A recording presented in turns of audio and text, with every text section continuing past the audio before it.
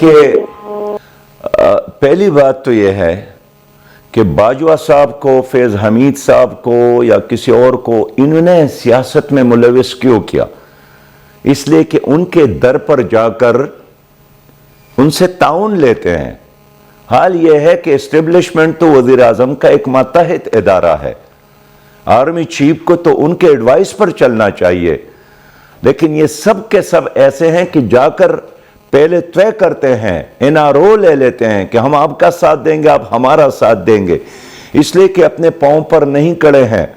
آج اگر عمران خان باجوہ سے گیلا کرتے ہیں، یہی باجوہ صاحب تھے کہ ایکسٹینشن انہوں نے دیا،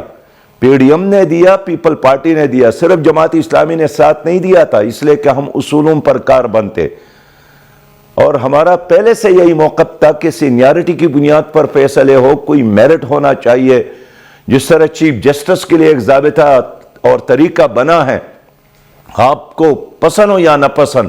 چیف جسٹس وہی بنتا ہے جس کا حق ہو، جس کا میرٹ ہو، تو آپ آرمی چیف کو بھی اس میرٹ کی بنیاد پر بنائیں۔ اور آج اگر فیض حمید کی بات مسلم لیگ والے کر رہے ہیں، اصل میں ان کو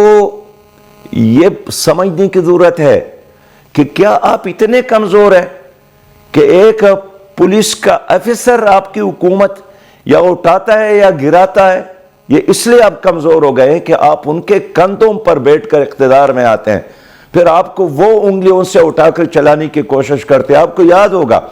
پیپل پارٹی کی حکومت تھی تو وزیر اعظم امریکہ جاتا تھا تو آرمی چیف ساتھ لے جاتے تھے، عمران خان سعودی عرب جاتے تھے تو آرمی چیف ساتھ لے جاتے تھے، شہباز شریف صاحب چائنا جاتے ہیں تو آرمی چیف کو ساتھ لے کر جاتی، اس لیے کہ باہر کی دنیا بھی اب جان گئی ہے کہ اصل ان چراغوں میں کوئی تیل نہیں ہے، وہ بھی اب اسٹیبلشمنٹ سے بات کر کے اپنے آپ کو محفوظ سمجھتے ہیں۔